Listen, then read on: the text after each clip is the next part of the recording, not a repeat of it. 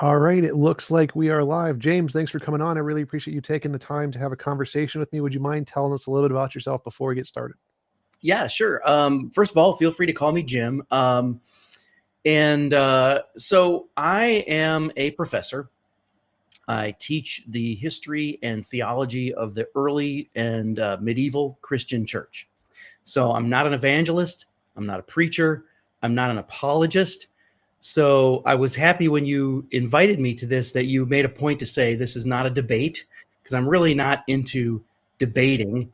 Um, I mean, basically, I have a PhD in the history of the Roman Empire, the early Christian church, and the theology of the early and medieval church. So I'm not here to tell you what to think or believe, but you sort of invited me to talk about why I believe what I do. And, it just so happens we have in one of our scriptures, St. Peter wrote, always be ready to give an explanation to anyone who asks you for a reason for your hope. So I couldn't say no. So thanks for the invitation. And yeah, here we are. Absolutely. Thanks for coming on. So I'm an atheist, by which I mean I believe that all of the different things we see in the world can best be explained by natural explanations. I don't think that supernatural or God explanations work better than any of the natural ones in any way. Could you tell me some of the reasons you believe there are for belief in a God? Yeah, what I'd like to do, if it's all right with you, is first define our terms, because as I always tell my students, you cannot just say the word God anymore, if you ever could, and expect people to know what you're talking about or agree with you. So I feel like we have to first define who we mean by the God I believe in. Then I'd like to give you a couple of bits of what I think are pretty solid evidence for the existence of God. But then finally, I want to tell you why I believe in God, if that kind of scenario works for you. Sure. Okay. So who is God? What do you mean by God? Who do I mean when I say I believe in God? Now, I'm not a philosopher, but if you think about sort of Plato's philosophy and the idea of the ideal forms versus the shadows, this idea that the things that exist in reality are the things that exist in the material world are shadows of a more real reality, which we might call these ideal forms. If you think of it in that terms, in those terms, then we know what good is, we know what beauty is, we know what love is, or at least we think we do. But these things are all shadows of a greater reality. So the ideal form of all good is God. The ideal form of all beauty is God. The ideal form of all love, all creativity, all rationality is God. I mean, this is so God is the first cause of the uncaused cause of all existence, which we refer to as the creator. But God is distinct from creation, so not, present within it because God is omnipresent, but not contained by it, not limited by it. So and the point of all this is to say right up front, this is not some hypothetical God that we're talking about. We're talking about a very specific God that I believe in. It's the God of the Judeo-Christian scriptures. And, those of us who believe in this God believe that God has revealed himself to humanity, right? And so we know things about this God because God has communicated things to us. We believe in the God who has reached out to humanity, not some hypothetical deity who is the result of human speculation. And so, there's a lot of mythologies and a lot of different cultures that are sort of, multiple gods made in the image of humans. But that's not what we're talking about. We're talking about a specific God who has reached out to humanity in some very unique ways. So we know what this God wants from us. And, I've watched a little bit of your stuff here before. So, we're not talking about leprechauns. We're not talking about hypothetical deities who demand nose picking on Tuesdays, right? This is a very specific God. And that's important when we start talking about why we believe in God. So, that's who God is. Now, let me give you a couple of pieces of what I think are evidence for the existence of God. But I want to say up front, these are not proofs for the existence of God. I don't think there is any such thing as proof of the existence of God. Not proof that would convince a skeptic anyway. And I think this is by design, which I can say more about that later. But just to mention two pieces of evidence. So I've heard you say actually that if you could be convinced of the resurrection of Jesus, that would be a piece of evidence for the existence of God, right? I mean, Sure. yeah. So I do believe that evidence is there for this reason. When Jesus was executed, his followers were scattered and scared. And then something happened to turn them into these bold evangelists who were willing to risk their lives to tell the story of his resurrection. And I believe the only thing that adequately explains that is the resurrection. I don't think you could make up that story because there were too many people around who would simply not believe it because they would know it not to be true. And so ultimately all of that results in the very existence of the church, Christianity, billions of believers in every culture, a church on every corner that stands the test of time. Now, again, I'm not claiming this proves the existence of God. All I'm saying is this. I believe that the existence of the church is evidence of the resurrection of Jesus, and the resurrection of Jesus is evidence for the existence of God. So that would be one piece of evidence. The other one I would highlight, I think, for me, is that I do find the BVG proof convincing, which I'm sure you know what that is. It's The Board Guth Lincoln, yeah. What's that? BGV, Board Guth Lincoln. Yeah. It's named after the three physicists. And again, I am not a scientist, but as I understand it, the bottom line is nothing by itself can go from not existing to existing, or nothing on its own can go from non-life to life without some outside force exerting on it. And of course, that force is God. So I get that there are answers to this, and it's not necessarily always convincing to the skeptic, but I find it convincing. I find that a convincing piece of evidence. So those are a couple of things that I would point to as evidence for the existence of God. We haven't quite gotten to the real reason why I believe in God, but we can get to that. But those are the kinds of things. Somebody asks me for evidence, that's what I would throw out there. So, first question: the Board Guth Lincoln theorem, as I understand it, doesn't actually say anything about like the beginning of everything. It just says that inflation had a beginning. So, like, it doesn't say the universe began to exist. It says that the universe's inflation, the fact that it was spreading, began. So, I don't. Why would that be evidence of a god? Well, I mean, I think it does say more than that, but I that's not my area of expertise. But I think that if you assume that the universe has a beginning, then you have to ask the question naturally. You have to ask the question, what about before the beginning, right? And I mean, if the universe is continually expanding, then at some point it was a point at the beginning, and I mean, ultimately for me, the it's the question of life, right?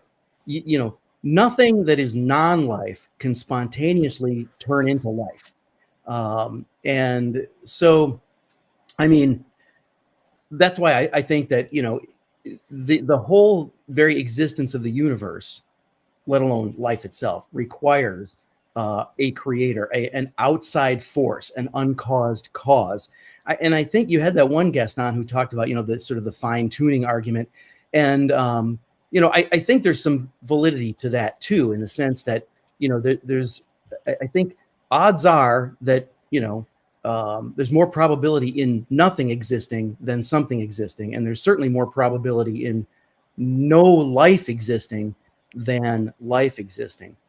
And when you throw in the law of entropy, right now, that sort of rules out the idea that, well, matter is not eternal because matter decays. And, so when you throw in the law of entropy, it's like, I'm convinced. Again, I'm not saying you have to be convinced. I'm just saying, you're asking me what I see as evidence. That would be one piece of evidence.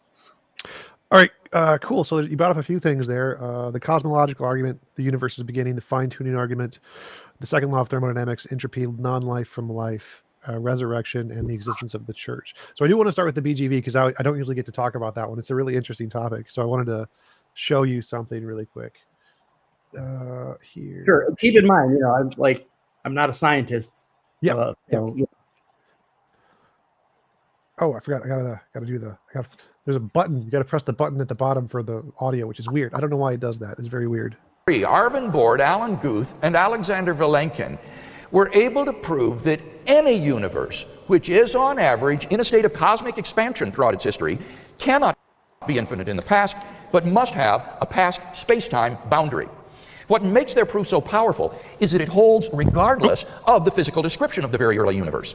So in fact, the Bohr-Guth-Vilenkin theorem does imply an absolute beginning of the universe. I was working with Arvin Borda and Alex Vilenkin to understand what we can learn about how inflation might have started and how far back it could have gone. And in particular, once we realized that inflation could be eternal into the future, it seemed like a very natural question to ask. Could inflation have also been eternal into the past?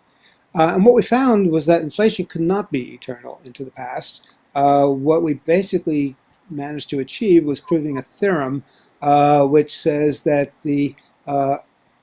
any expanding region of space-time that has some minimum expansion rate can only go back so far and not infinitely far.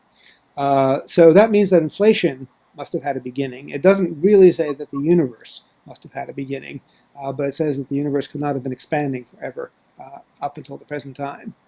So we interviewed by Ashtekar, and in their model they have a bouncing universe, and they said, well, that means the universe could be eternal in the past, and that theorem doesn't prevent that. Is that right?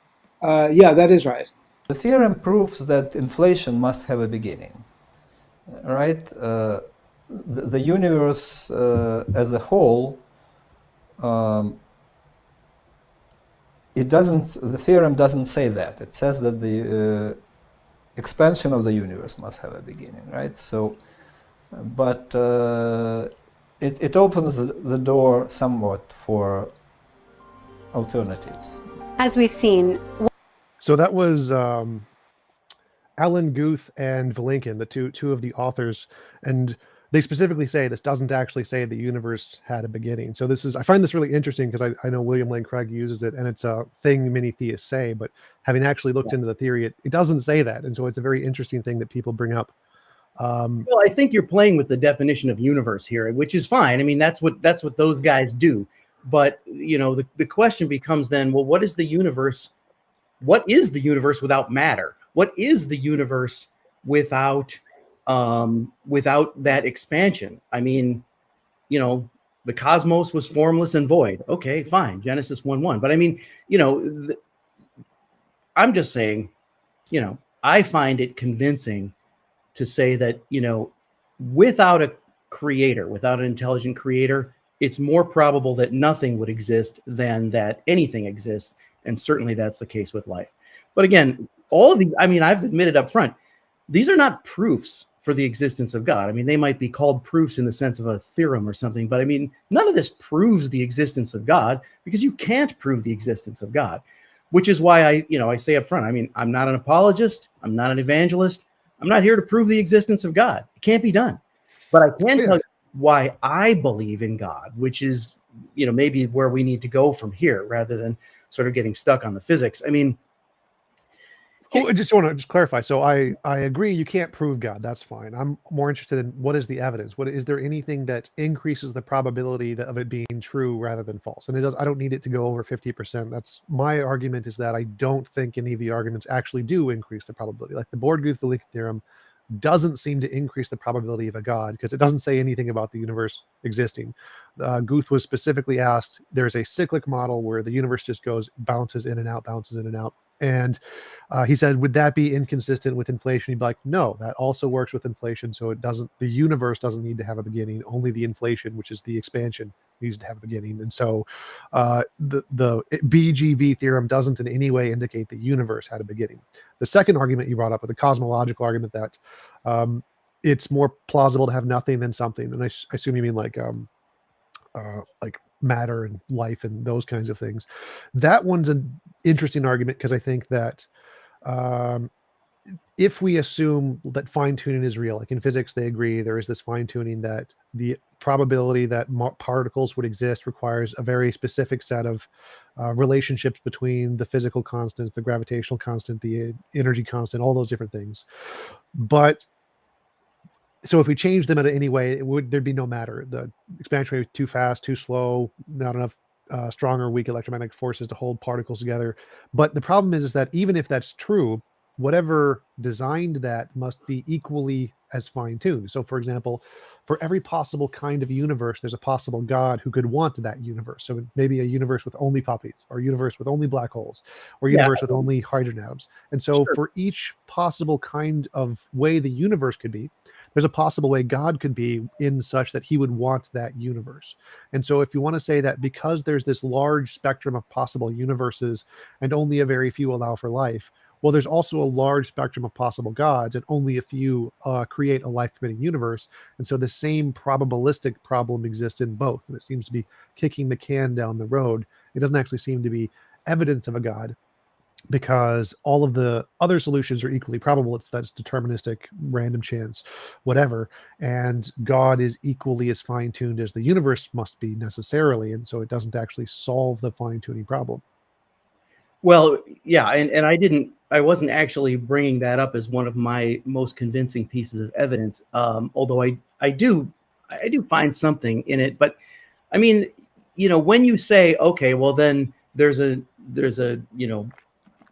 infinite number of possibilities for gods who might want something else. This is where we're crossing that line into speculation about other gods. I'm talking about this one specific God who has revealed himself to us. So I don't know about other possible gods. I just know about this one. And this is the universe we live in. And, we have one God to deal with. And that's who it is. So maybe, I should just get to sort of the heart of this, because what you're really asking me is, why do I believe in God? And, any judge or lawyer will tell you that one of the most important kinds of evidence is the testimony of witnesses. And the bottom line is this: I believe in God because I believe the testimony of all the witnesses. Thousands of years of witness in the Hebrew religion, 2,000 years of witness in Christianity. I believe that God has reached out to humanity in various ways, and that there are so many witnesses to this revelation of himself that you can't count them all. And many of them left written records, which I can read, and I do read them. So in addition to what's in our Holy Scriptures, the Bible, there are hundreds of thousands of pages of testimony by, the early Christians and the medieval Christians, etc. So I believe the testimony of the witnesses. Now, here's the important piece of the puzzle, because it's sort of easy to argue, well, there's a lot of books out there, there's a lot of myths out there. Why this? And here's the reason. I believe the written records of the witnesses because when I read them, their experience rings true for me because it's consistent with my own.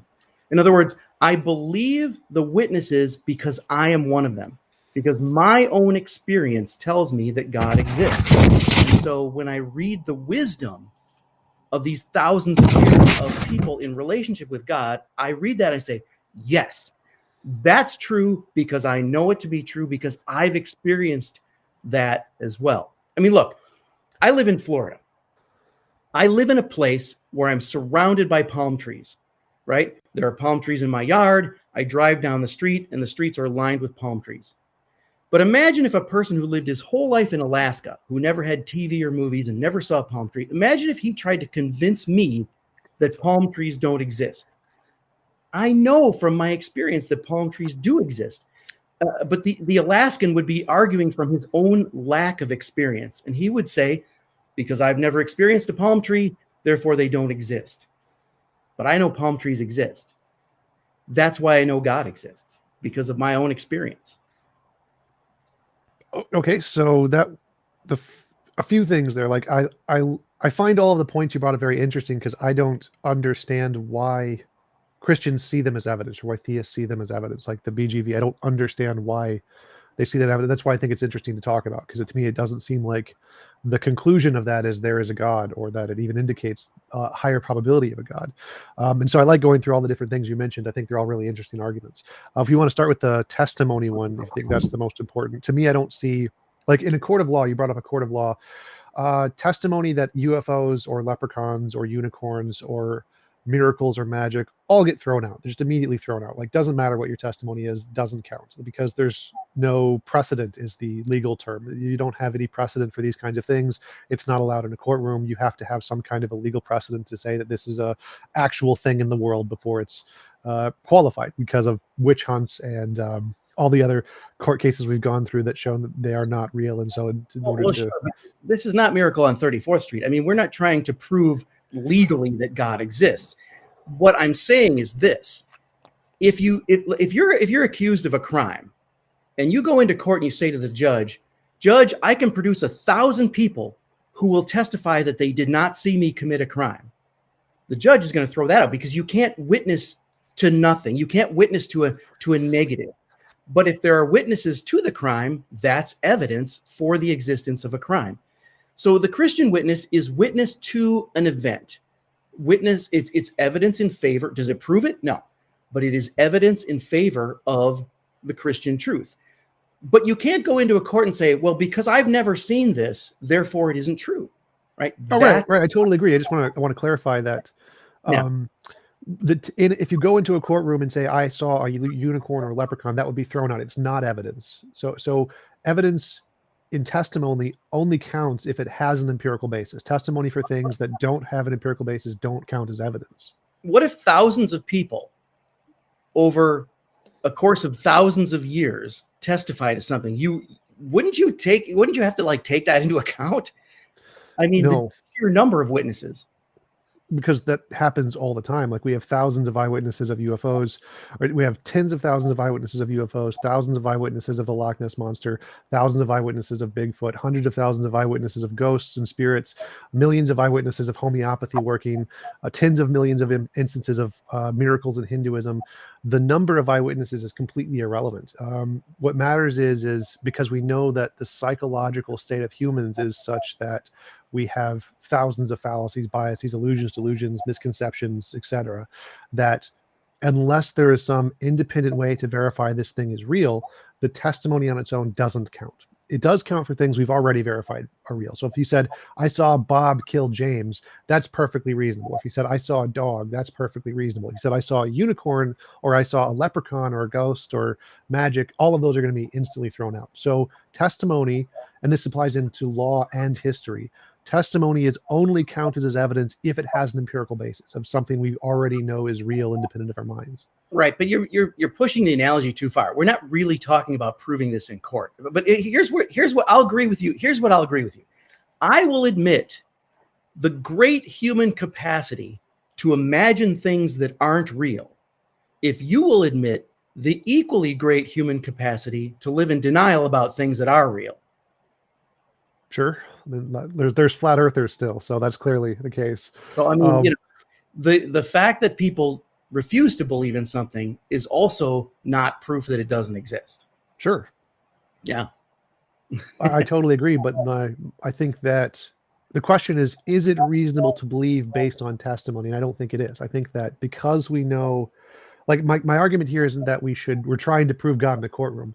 My argument is the reason courtrooms don't count this as evidence is because it's not reasonable to believe in a court, and it's not reasonable to believe for a person either, because this isn't a good way to differentiate imagination from reality.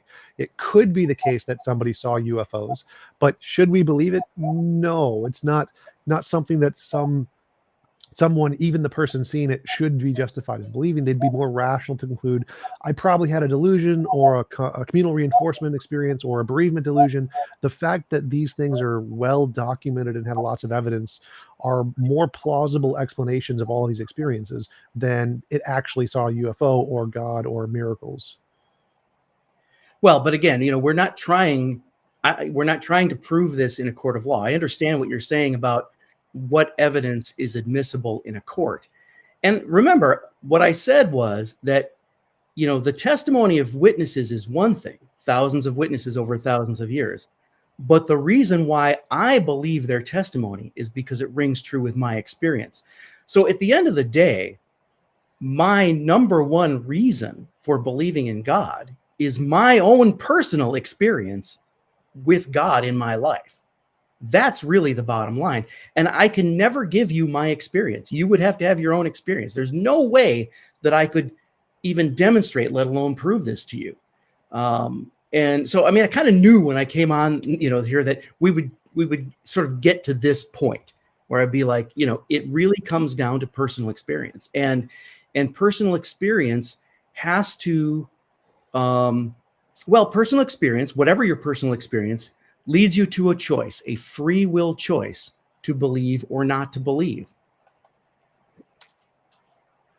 Sure. So I would say that if I had an experience of God, I probably wouldn't believe, because I think it's not rational to believe my own personal experience if it's of things that don't have an empirical basis, because it seems like all the evidence we have shows that personal experiences of imaginary things is very, very common. And so it's more evidentially likely that if I have a personal experience of a miracle, it's more likely a figment of my imagination until I can provide some kind of independent way to verify that it actually occurred, like novel testable predictions. So if I have an experience, or if anybody has an experience of UFOs, do you think that person is rational to believe in UFOs just because they had the experience, or do you think they should be skeptical and wait for some kind of independent evidence before they were rational to believe in UFOs?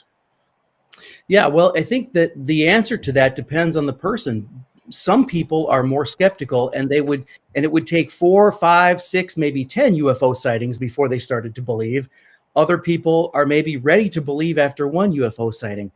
That's between you and God. I mean, I can't answer that question. All I know is that I'm pretty, I would like to consider myself pretty rational too. So I think, it would take me more than one if I were to try to think back as to, when I started to believe. But, it's a combination of things in life. It's not even something, if I were to tell you, oh, I had this experience or that experience, and that's why I believe, it would seem like nothing to you. It'd be very easy for you to say, well, that was a coincidence, right? It's the cumulative effect. It's a sum total of a life in a relationship with God. And if you're ever going to believe in God, it's going to have to be because by free will, right? I mean, see, here's the thing. God is love, right? Our scriptures tell us God is love, and love does not coerce. So if there were proof for the existence of God, that would be a kind of coercion. That would be God forcing you to believe by proof. God will never do that, because love is always voluntary. God wants you to be in relationship with him, but God only wants it voluntarily, because God does not force himself on anyone. So, it's going to have to be by free will. It's going to have to be by faith. I can't give you faith, Well, right. My question here is more, is it rational for a person to believe based off experience alone? And I don't think it is. I don't think it's rational, even if someone has lots of experiences, for them to believe, because we know of many, many different kinds of psychological cases. Like there's one where people see miniature people. This was described by Oliver Sacks in his work on psychology and neurology, that there's literally cases where people see miniature people all the time. And that's like where we think the origin of leprechauns came from. Because they have lived their lives seeing these miniature people and talking with these miniature people, are they rational to believe in the miniature people? I would say no. I'd say that in order to be rational, you need more than the personal experience. You need some way to verify that experience is more than just a product of your mind.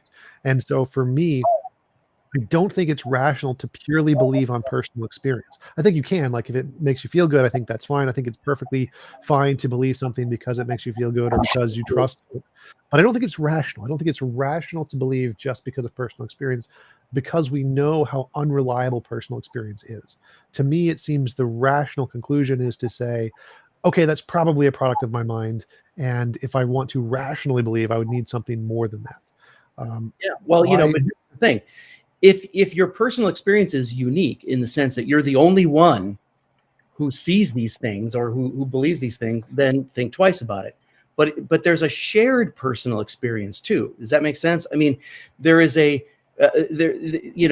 if there was a club on every corner where people would meet to talk about how they all see miniature people, and if that club had existed for thousands of years and stood the test of time, I mean, at least respect it, if not take it seriously, right? Well, doesn't that exist? Like homeopathy, snake oil salesman. Not in the way that Christianity does. But I mean, I hear what you're saying, and this gets us back to the same capacity for humans to imagine things exists as the capacity for humans to deny things. One is not more rational than the other, but a person has to choose. Right. I think the rationality has to do with the evidence, not the choice of rejecting or accepting is independent. It's not rational, irrational. The thing that makes it rational is there evidence. That would be the determining factor here. And for me, it seems like all of the cases you listed, I don't see any difference between Christianity and the homeopathy or Falun Gong or Buddhism or Jainism or Hinduism or Zeus or Thor. To me, it seems like the exact same kind of human narrative that, yes, people all over the world have experiences of these things, but those seem to be the same kinds of experiences everybody else has for all of the other religions and fairies and leprechauns. And I don't see a difference between those psychological experiences and the ones Christians have. That to me, they seem to be the exact same thing in the brain. And I don't see why we should think they're more than that. Well, I mean, I think when you say that you don't see the difference, that you're speaking, I mean, and I don't mean any disrespect by this, but you're speaking as an outsider looking into all these things. Here's Buddhism, here's Christianity, here's homeopathy, right? And so, I think the only way you would see the difference, the uniqueness of Christianity is from the inside, and I know that isn't going to convince you, but it doesn't make it any less true. Well, I used to be a Christian. I was for 18 years or so, but I don't understand. Is there any set of criteria that we can use to differentiate imaginary experiences of testimony in these other religions and Christian experiences? Like, if you're not an insider, if we're trying to analyze this from a perspective of, we want to know which of these are purely imaginary, which of these are not imaginary, is there any way you can show which testimonies are just the mental states? Because to me, it seems like if we're looking at it from an outside perspective, an objective, impartial perspective, and we compare Christian experiences to Hindu experiences or to homeopathic experiences or to ghost experiences, they have all of the exact same traits. I can't identify anything different about them other than, I mean, even the fact that the people in that ideology will all say that, well, you won't be able to tell a difference unless you're a believer, unless you trust, unless you have faith, unless you're someone who already adopts the ideology. And they all say that. So that's a thing that they also all share. And so I don't, and there's truth. There is some truth to that, right? I mean, I don't claim to understand Buddhism because I'm not a Buddhist, right?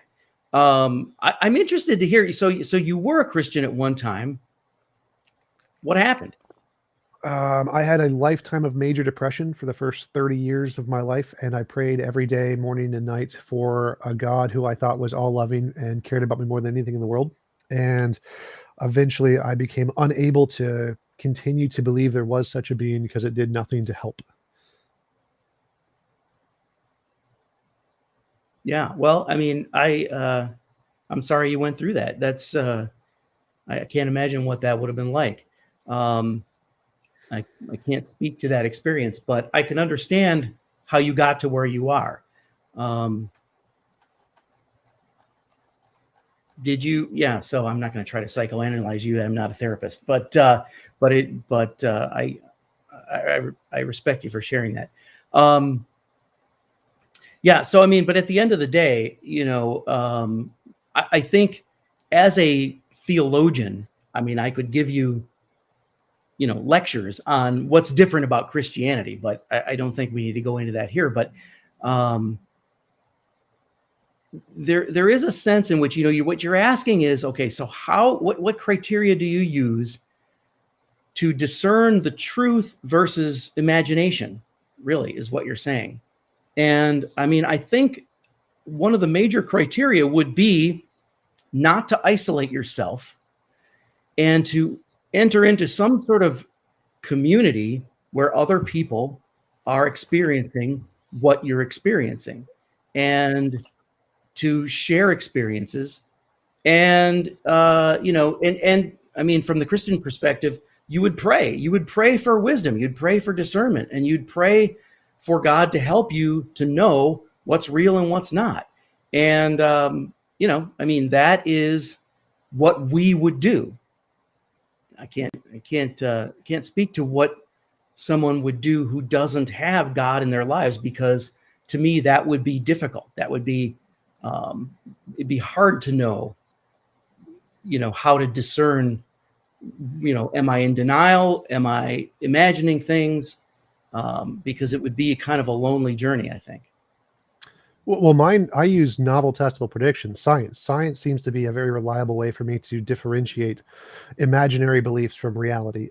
And if we compare that, like using the scientific method versus praying to a god, for example, which do you think is more likely to get us to the correct answer? Because if you say, if you believe in God and you pray to him, it seems like begging the question, where if you start with your conclusion and then you look for an answer with your conclusion. And it seems like all the ideologies do that. Like if you believe in the Bhagavad Gita, well, you should adhere to the Bhagavad Gita. And if it changes your life, well, then you'll experience the warmth of the Hindu gods. That's one of the things I get from the Hindu cultures all the time.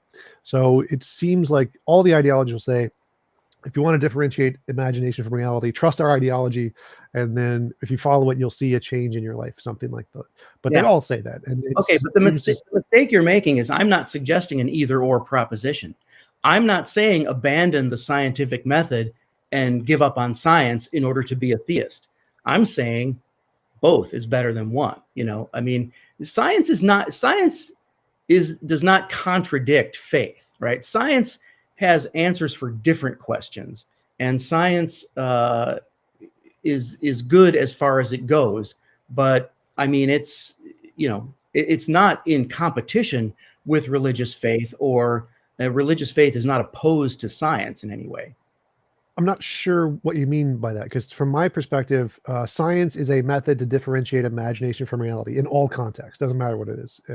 It's just, if you need some method to differentiate imagination from reality. Science works very, very well. And for me, faith and prayer doesn't seem to work at all. It doesn't seem, I've never seen any cases where that has worked outside Well, of I mean, people I saying can tell you it works in my life and in the lives of many people that I know, and historically through the lives of millions of people. I can't give you that experience, but I can witness to it. That is my witness testimony. But again, I stand by the conviction that science asks and answers a different set of questions than religious faith does, and they may overlap, but they're not incompatible.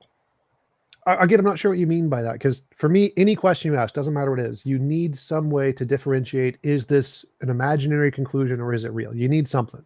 Science works really well for me. I use it for essentially everything. But you're saying there's this other method that also works to differentiate imagination from reality.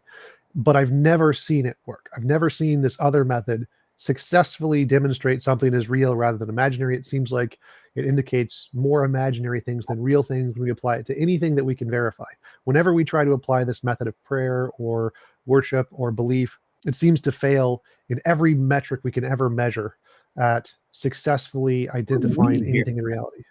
I mean, who's What? we here? Because I would not agree with that at all. It doesn't fail, but it takes. Well, I mean, I'm not gonna sort of try to teach you about Christian spirituality. I mean, that's not really why we're here. But science cannot answer every question. It just can't. Sure. And especially questions of a metaphysical nature, science cannot answer those questions. But the important point is to get back to what I said, which is, I'm not suggesting faith versus science. I'm suggesting we listen to science, but within the context of religious faith. I mean, we're never And by the way, I'm seeing a lot of anti-Florida stuff in the chat. You guys are just Really? jealous. I like Florida. It's warm. I'm in cold Minnesota. Yeah. But so I understand what you're saying, and I get that a lot. So from a lot of the different people I talk to, they say, "Oh no, science asks a different kind of question." So it doesn't debunk my ideology. It's completely separate. But for me, I think that's like avoiding the issue, because the issue isn't whether or not science conflicts. The issue is, does your method work to differentiate imagination from reality? It doesn't matter if it conflicts with science. And so if we try to verify your method, we have to verify it with something we know that works, which is science. We know science works. So like when we try to do prayer studies, the Templeton Foundation, massive Christian $1 billion foundation, has done dozens of prayer studies to see if prayer actually works.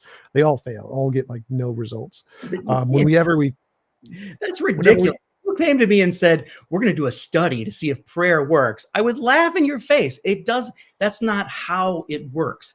I mean, is there any way to verify that it does work at all? Like, how do we verify it works? That's the point, because if we could verify it, that would be proof. And if there were proof, it wouldn't require faith. Now, look, we live in a world with paradox, right? So if you want the virtue of courage, there has to be danger. You want a world without danger, you're going to have a world without courage. If you want the virtue of faith, there has to be mystery. If you want a world without mystery, that would be a world without faith. So for whatever reason, God in God's wisdom has chosen to create a world where we don't have all the answers. But not having all the answers is not proof of the non-existence of God, right? It just shows that there's mystery in the world, which means if you're going to believe, it's going to have to be voluntary, by your free will, not because you were coerced by proof. But doesn't that just admit that it doesn't differentiate imagination from reality? Like if it can't show that, not in a scientific proofy sense. I mean, no. If you want me to tell you how I can convince you of a way that I differentiate truth from imagination, can't be done. Can't be done. It's in my spiritual life, and this is my experience along with billions of other people. We've all had the same experience. We can't give you our experience. We can only testify, witness to it. Well, that's the question. I think that was the question I'm asking. How do you differentiate imagination from reality? For me, it's pretty simple. I can say, if I want to say something is true about reality and not my imagination, then I can build a model. And if it can accurately predict the future, that's a good reason to believe that the model corresponds to reality and not my imagination, because my imagination is bad at predicting the future. So I can give a very concise, effective methodology to differentiate imagination from reality that works extremely well. And we can test this against science and say, yes, this works extremely well. It gives us the correct answer with a very high degree of certainty. And so anything that can pass this test is rational to believe it is not imaginary. But if you say you believe based on faith, then faith can't do that. Doesn't that admit that it can't differentiate imagination from reality? Or is there, because there could be other methods. Like, I'm not saying science is the only necessary method to do this. It's just the only one I know of. Is how do you show to yourself that faith does differentiate imagination from reality, as opposed to just being imaginary? Yeah, well, I mean, it's partly just personal experience over time, what plays out, what turns out to be true, and it's partly the shared experience of the church, right? So no, it doesn't rule out discerning reality from imagination. It only rules out me being able to prove it to you. I'm more interested in you proving it to yourself. So like if I wanted to prove something to myself, I would say predict the future. If I can accurately predict the future, then I would be rational to believe it. But if it's just something that we know, you're like asking too much. You predict the future. I mean, nobody can predict the future. I understand that, science has prediction models. I get that. But you're, you're asking for me to be some sort of, medium or something like that. I don't know. It just doesn't work that way. It's like, well, just to clarify, like if you said, I mean, the Bible tells us, don't test God. Don't do it. Just don't, you gotta, so yeah, no, it doesn't work that way. I think, to clarify, when they say predict the future, like Oh, one second. Just want to, sorry to interrupt, but if Yeah, like go predict ahead. the future, I mean, if we die and go to heaven, that would be a prediction. That would be a successful prediction. So that would be good evidence of a God. Or if Jesus predicted he'd rise from the dead, or there's that one thing in Ezekiel where God says if you put a cloth in water and pray to him, it'll burst into flames. That would be a great prediction. So predict the future doesn't literally mean psychically know everything that's going to happen. It just means like scientifically the asteroid will come around every 500 years or something. Like that's good enough. So it's not like as Sure, but that's precise as what you're saying. yeah. No, I mean, you're trying to apply the scientific method, which by the way was invented by a Catholic. You're trying to apply the scientific method to something that is not science. It's just not. It's metaphysics. You know. Well, scientific realism is the consensus among scientists, which is a metaphysical position. But the point here is that if you have no way to differentiate imagination from reality, and you can't measure whatever method you're using against something we know for a fact works, then that seems to be admitting that your method doesn't work, because it seems like we can't compare it to the things we know work, and it can't work in any other way that we can verify, which seems to be just like isolating it from any kind of falsification. It seems like, nope, I will not allow this to be applied in any way that we could actually show it could fail. What do you mean by works? What, like, you keep getting back to this, like, does it work? What's your criteria for defining whether something works? Can differentiate imagination from reality. What if that's not really the most important thing? I don't know what you mean. Well, like it's not the most important thing. I think happiness is the most important thing. So if you're gonna forego verification for happiness, I'm all for it. Go for it. I believe I am the smartest person alive. I don't care if there's evidence to the contrary. It makes me happy. That's fine. So I don't think it's the most important thing, but I think it is the most rational thing. If you want to have a rational belief, that's the way to do it. If you don't care about having a rational belief, then it's fine. I don't think it's the most important thing to have rational beliefs. But if you do want to have a rational belief, then you need some method that can differentiate imagination from reality. I think that's just like the definition.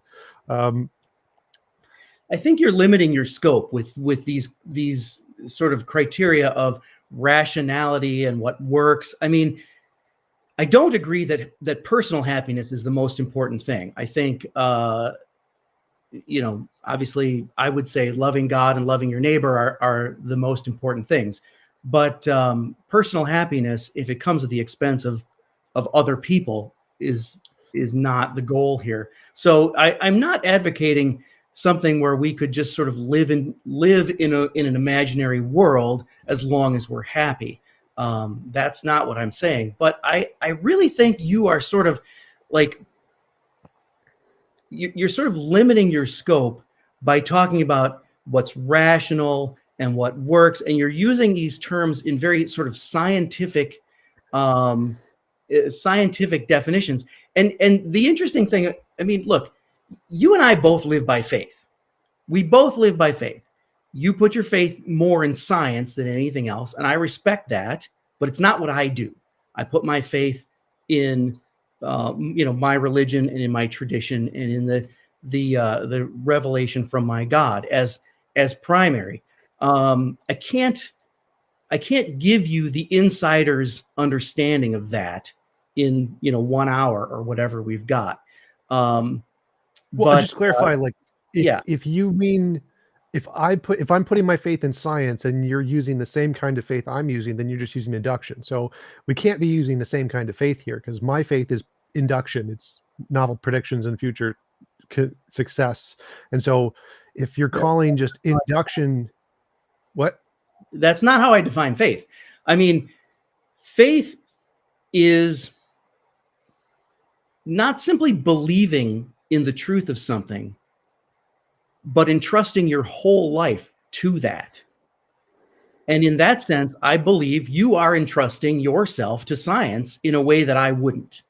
I'm not anti-science, but I wouldn't put that much faith in science. Well, I don't trust my life with science either in that way. Science is just my way to differentiate imagination from reality. So I don't have any faith in my worldview at all. There's none. I don't do that. Because I disagree, because you are, I mean, back to Pascal's wager, I mean, you are betting on the non-existence of God, and the risk you're taking is, I mean, whatever you want to imagine hell as, and I usually don't go down this road because I don't want to sound all preachy, but I mean, you are, if humans have an eternal soul, and if there is a God, you are betting your eternal soul on the non-existence of God, right? So in other words, you are placing your faith for your whole being and your whole existence in your belief in the non-existence of God. You are. That's your faith. I respect that because that's your choice. It's a free will choice. But that's what you're doing. I don't understand what you mean by faith there, because I'm basing that off of logic and reason and evidence. So that's not, none of that is faith. That's Faith just is trust. But I'm not trusting them. I'm just using logic, reason, and evidence. So I don't trust anything there. You're trusting it enough that you're willing to disbelieve in the existence of God, even at the risk of whatever bad thing might happen if you don't believe in God. You get that, right? No, because I'm not trusting it. It's just the logic, like Pascal's wager, for example. Yeah. I need no feelings of trust whatsoever. If I'm just a computer just doing mathematical analysis here, the probability that belief in God will get you into heaven is exactly the same that the probability belief in atheism will get you into heaven. If there's a God, maybe there's a God who only lets atheists into heaven. And if there's no evidence for the Christian God versus this other hypothetical God, then the probability is 50-50 that belief in atheism will get you into heaven if there's a God, and it will get you into heaven if you believe in God, there's a God. So the probability is exactly the same. And if there's no God, the probability that you believe in God, because there could be some afterlife like Hinduism or something where it's a non-God based reincarnation or whatever. And so we could still have some kind of an afterlife without a God, in which case the probability of getting into the good afterlife, because you believe in God, is 50%, and the probability of getting into heaven if you don't believe in a God is 50%. Because if we have no evidence to indicate the fundamental nature of reality and which way it will send you based on beliefs, then the mathematical probability that one particular belief will get you into the good place opposed to another is exactly 50-50 or 1 in a million, depending on the number of beliefs. So if I'm just a computer, I have no faith here. I don't agree with the that. Probabilities. Well, here's why I don't agree with that. Because if it is true that there is a God, and if it is true that that God has revealed himself to humanity in certain ways that tell us who he is and what he wants from us, then all of that hypothetical God stuff goes out the window. Oh, absolutely. You're totally right. Because if there was actual evidence that indicated one thing over the other, then that would be a reason that that belief would be more rational than another. And so my question is there such a belief to believe those things are rational as opposed to being figments of human imagination? And if there is, then yeah, then I totally agree. We now have a good reason to believe in one particular God. But as far as I can tell, there's no method that you have provided or any theist has provided to show that their experience is more than just a figment of imagination, exactly the same as leprechauns or unicorns or fairies. And so as a rational computer who's just processing the information, there is statistically no difference between a person saying they had an experience of a leprechaun and a person saying they had an experience of a God. And so there's no reason to believe one over the other from any evidential standpoint of why we should prefer that belief as being more likely to get us into heaven as opposed to the leprechaun belief. Well, I mean, let me say two things about that. I mean, first of all, I said up front, I wasn't going to be able to prove the existence of God to you. So you're just agreeing with what I said at the beginning. But secondly, you're talking about looking for a method. You're still trying to apply the scientific method to what is supposed to be a relationship with God. It's not a method, it's a relationship. And, you will only understand that when you're in that relationship. I know that sounds convenient for me to say that, but it doesn't make it any less true. We got a question for the super chat. I'm not quite sure. How is God that commands love loving? How is a God that commands love loving? Well, we use words like commands, but here's the thing. I mean, God is ultimate love. God has created humans. And one of the things that humans are supposed to do is imitate our creator. And one of the ways we're supposed to imitate our creator is by being loving. Now, I don't see why anyone would have a problem with that. I can't imagine anyone having a problem with love your neighbor. But if you're, when you use the word commands, right, always remember that, yes, God tells us what God expects of us, but we always have free will to reject that. So we are not being coerced even to love, so yeah, God is loving because God, if we're going to do what God wants, if we're going to be in relationship with God, it's going to be voluntary because God is love, and love does not coerce. All right, there was a super chat earlier that I missed. It was, if God is loving, explain the Bible, I think was the exact quote. And the similar one, why does God drown babies? This is a quote from Pine Creek. It seems like that's one of the big problems for me in Christianity, is that the problem of evil. If there was an all-loving God, it seems like the Christian God does a lot of very evil things, and that wouldn't qualify as a morally perfect being. I think that if there was a morally perfect being, it would have given us a choice. For example, we could choose to come to this world that it designed with all of the free will and evil and pain, or we could choose to go to our own world without all of that stuff. And I think that would be a moral being if it did that, instead of forcing us to be in a world full of suffering and flooding the world, for example, and drowning babies. Oh, okay, yeah. So this idea of choosing a different world that doesn't exist. I mean, then you'd need one different world for every person. But I do want to answer this. So, two things here. First of all, what you have to understand about the scriptures is that these are, while they are revealed by God, they are also written by humans. And so if, for example, the Old Testament says, God wants us to drown babies, it may not actually be the case that God wanted them to drown babies, but they are describing their experience of feeling like God wanting them to drown babies. So especially that's the case with the Old Testament. So, that's specifically referencing the global flood where God did the drowning. Oh, yeah. Well, yeah, the flood. That's an interesting question. This is interesting because I've got a book coming out in the fall exactly about, like how we're supposed to read the Bible, what it is and what it isn't. And it might be interesting to come back and have another whole conversation specifically about the scriptures and what they are, what they aren't, and how we read them.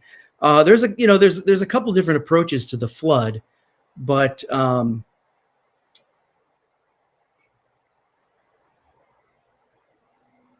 yeah, God's prerogative to start over is unique to God. So God is the author of life, and so God has the authority over life and death, and we don't. I don't know what else I can say about that. I mean, you want me to answer a question that's one of the greatest mysteries, and again, I would just say, the fact that I don't have answers to all the questions does not prove the non-existence of God, right? Well, sure. It's an argument from ignorance to say that because we don't know, therefore something, whatever it is. But I would say that for me, this kind of eliminates the possibility God is all loving. The fact that he did an evil thing where he could have done a less evil thing proves that he can't be perfectly good.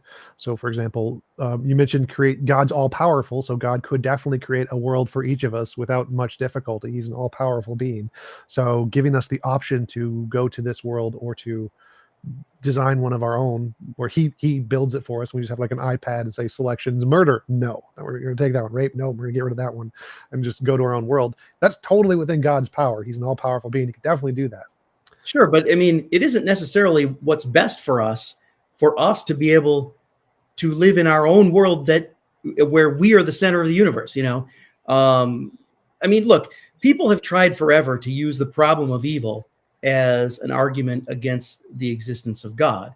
Most of the evil in the world is the result of the misuse of human free will. God did not design people to be isolated, live in their own world where they're the center of their own universe and their own highest authority. God designed people to be in relationship and in community. And there is a sense in which the universe we have is the best of all possible universes. But most of the evil in the world is really just simply the result of people misusing their free will and being selfish.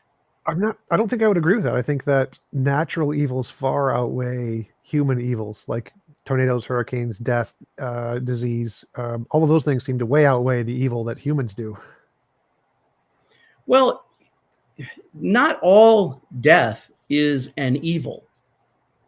I mean, um, again, from the Christian perspective, death is the doorway into a more full life.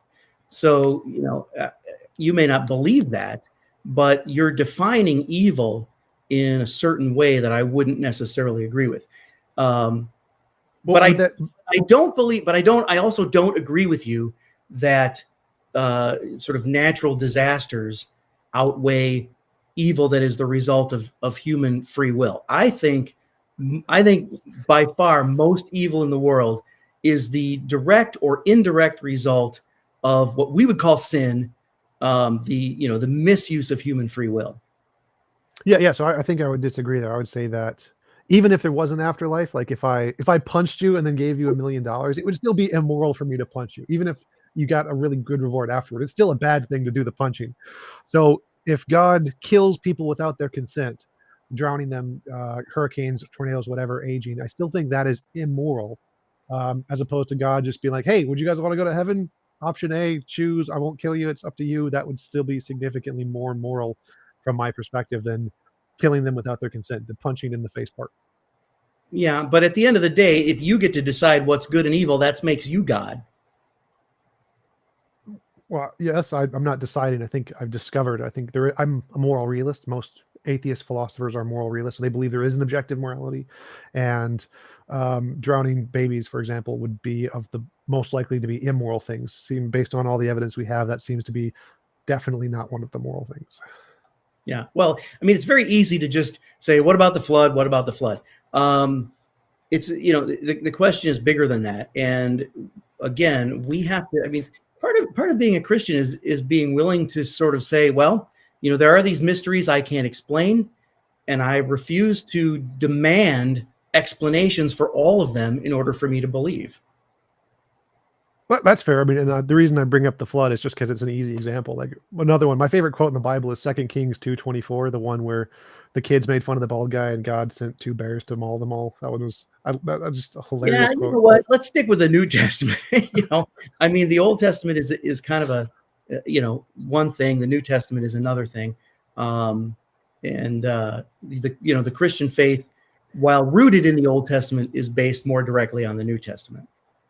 All right, so we got another super chat from Marty Mad Scientist. It's the problem of divine hiddenness. Why are there so many disbelievers? Why didn't God just allow the believers to live? I mean, at some point, the more God reveals himself, the more God proves his existence. At some point, it would cross a line into coercion. It would cross a line into people believe because they have to, not because of free will. I can't answer the question of why God chooses. I mean, like we can ask all day, why does God do this? Why doesn't God do that? I can't answer the questions of why God chooses to do or not do X, Y, Z. But I do know this, that because God is love, faith has to be voluntary, and too much proof would be a form of coercion. I did have a question about that too, because for me, even if I like met God personally, I still wouldn't worship him because I think he's evil because of all the evil done in the Bible. So isn't it possible to still have evidence of God and not believe in a God? Like Satan doesn't believe in a God. I think that's in the Bible that even though he believes God exists, he doesn't worship God. Same with the demons. So it seems like we could have all the evidence of God in the world and not believe in him just fine. Sure. Well, yeah, theoretically that's true. I mean, that is the case with as you say, with the demons, the demons know that God exists, but they don't worship him. But I don't know what would the point of that be? I mean, Well, the point is just that God could still provide real evidence, and we wouldn't be coerced into believing him. We could still say, "Yeah, I acknowledge you exist, but I don't like you," or something. So it seems like we could still choose to have faith in God, even if there was evidence he exists. Theoretically, but that isn't the universe we live in, apparently. Okay. Super chat from Travis Statham. Professor, do you accept special pleading fallacies? I don't know what that means. I see things in the chat like people saying, I'm getting angry, it's special pleading. I'm not angry. I'm just passionate about this stuff because I believe it very strongly. I mean, regardless of what's in the chat, you know, we're having a good conversation here. I feel like we respect each other. Absolutely. I'm just sort of passionately explaining what I believe. I'm not even preaching. I'm just you know, I'm being the witness.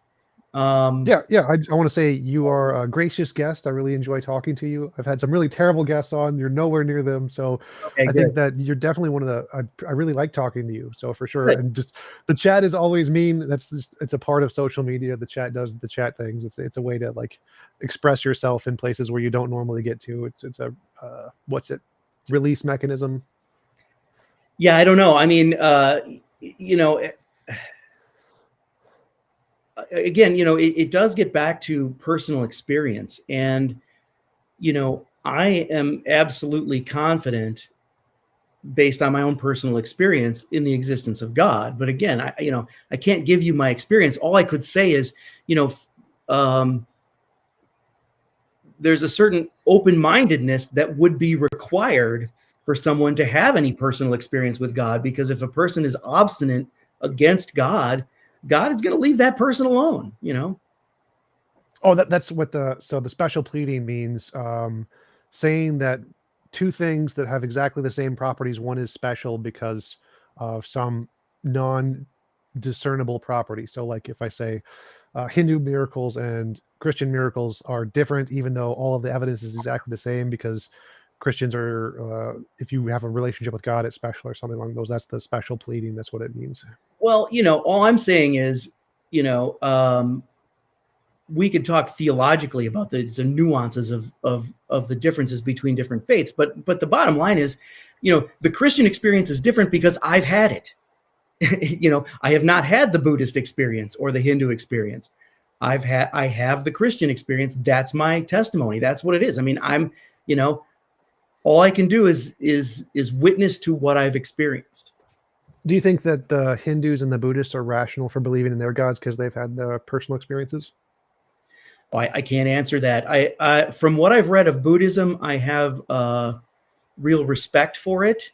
I have not read enough Hinduism to even begin to answer that. So that's, you know, that's just outside of my area. All right. Super chat from Zach. How is the threat of hell not coercion? Well, because you always have the free will to turn to God and not go to hell. It's not, no one's coercing you to go to hell. I mean, I don't even need to tell you. You already know, even the atheists already know at least the first step of what it would take to enter into a relationship with God. Just be open to God, talk to God and say, hey, God, if you're real, you know, come into my life and, you know, let's talk. You know that much. You don't need me to tell you that. And so it may take time. It may take a long time. You know, God is not a vending machine, so you can't just put a quarter in and expect God to jump, right? So it may take time, but, you know, we all have that free will. We all have that free will. To me, it's like if the Nazi asked, "Would you like the firing squad or the gas chamber?" and says, "Well, you have the free will to choose," it's still coercion, as far as I can tell. I don't see why that wouldn't still count That's as a terrible coercion. analogy, because it's not the firing squad or the gas chamber. It's the firing squad or freedom. That's the choice. Well, because again, I wouldn't worship God because I think he's evil. So for me, that would be the firing squad, and the gas chamber would be. Okay, so I hear you saying that, but all I can say is, from my experience and the experience of billions of other Christians throughout history, God is so much the opposite of evil. I wish I could express it all. Well, sure, but so from our perspective, from the atheist perspective, it seems like God is the Nazi saying, pick the firing squad or the gas chamber. And if we really had free choice, we could just say neither. I'd like neither of those two, please. And so the fact that he's giving us a choice between two things we don't want doesn't seem to be a choice. It seems to be coercion. It seems to be something that's forced on us. I don't think that's logical, because for free will to be free, it does not mean that you have to have unlimited choices, right? I mean, if God were to say, pick a fruit and here's a basket of all apples and that's all there is, well, that's not free will. But if you can pick a fruit from hundreds of different fruits, you don't get to say, well, because there aren't an unlimited number of fruits, that's not free will. No, it doesn't have to be, on your terms for it to be Oh, right. free will. I totally agree. So free will is, you can have free will even if in the gas chamber firing squad you still have free will. The problem is it's coercion. So you still have free will, but you're coerced to do. No, I don't think one of so. them. I think in that analogy the choices are limited. But I mean, that's that. I don't think that's a good analogy for what God offers us. All right. Super chat from Charles. Other than thoughts and feeling, how does God interact in our shared reality? Does he still control the weather or anything else? Yeah, by the way, so the super chat, $5. Like, do I get $2.50 for answering that question? How does that work? No, No, you I'm can kidding. get a negative 250 if you can like owe me money. That'll work. No. How does God interact in our shared reality? Yeah, I mean, it is a subjective experience, so it's hard to explain. There obviously are thoughts and feelings, to use your quote. There are worship experiences. There are answered prayers. There are relationships with other people in which we feel the presence of God. So God interacts in my reality and in my shared reality on a daily basis to the extent that I continually welcome him into my life and have an ongoing conversation with him. And does he still control the weather? I mean, I personally don't believe that God controls every minute thing. Like, is it going to rain tomorrow? I don't believe, God is like sitting there making a decision about whether it's going to rain. I think in general, I think God created the best of all possible universes, and sometimes it rains, depending on the scientific stuff, when the pressure and the water and sometimes it rains. Sometimes there are tornadoes. Sometimes people get in the way of those tornadoes. God didn't decide to make a tornado that might hurt people, but in this universe in which we live, those things do happen. I love that. Get in the way of the tornadoes, the tornado chasers. They get in the way of the tornadoes. All right. Question from Trude. Do you believe that the Gospels were written by direct witnesses to Jesus' life, that it was Matthew, Mark, Luke, and John who actually wrote the texts? Yeah, great question. And this is actually, now we're in my realm. This is my area of expertise. So I do believe in the traditional authorship of the Gospels, and there's hard scientific evidence for that, which means that two of the Gospels were written by eyewitnesses, which would be Matthew and John. Mark and Luke were not eyewitnesses, but were sort of secondary apostles, though there is a tradition that Mark was among Jesus's circle of disciples, but we can't prove that. What's your position on, like, Bart Ehrman specifically says none of the Gospels were written by eyewitnesses. They were written down 40 years later. These guys were all illiterate. They couldn't read or write. And since the Gospels were written in Greek, these guys couldn't read Greek anyway. Right. Well, I mean, that's a myth that's been well debunked. So first of all, the Greek thing, there's no evidential reason for believing that even a fisherman could not read some Greek, right? Because they have to go to market, they have to sell their fish, blah, blah, blah. But also what you have to remember is a lot of these New Testament documents were dictated to a scribe. So somebody like, Peter, let's say, does not even have to be able to read and write in Greek in order to just dictate to a scribe who writes it down. So that whole authorship argument is kind of based on a lot of false assumptions. In fact, not that anybody on this chat is probably going to buy my book, but I do have my newest book coming out next week. Has a whole section on the development of the New Testament canon and all of these exact issues, and debunks a lot of the myths. And I mean, and don't get me wrong, I'm not the one who's like discovered why these things are the way they are. I mean, I'm working from previous scholars and the latest scholarship. So but yeah. So a lot of these myths about the authorship of the New Testament documents are convenient myths for people who don't want to believe the content of the New Testament, but they are myths. Gotcha. All right. Super chat from the Kenneth. Is the sense of mystery or claim to faith more important than determining if your beliefs are true? Is the sense of mystery or claim to faith more important than determining your belief? Well, I mean, I think these two things go hand in hand. And, St. Augustine is famous for having first tried to figure out what was true so that he could then believe in it. But he discovered that doesn't work. So then what he did is he said, I'm going to make a commitment to believe and then learn about it. Now, regardless of how, you would prioritize those things, I think they go hand in hand, because by the end of his life, Augustine was saying, look, if your beliefs, if your interpretation of scripture don't lead you to love your neighbor, you're doing it wrong. Right. So, I know you're going to say a lot of Christians throughout history have been doing it wrong. You're absolutely right. That's true. That doesn't make Christianity false just because there are people who have been doing it wrong.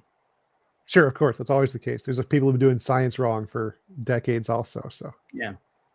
Super chat from Adam. Chat is horrible. Never read the chat. Good advice. Thank you.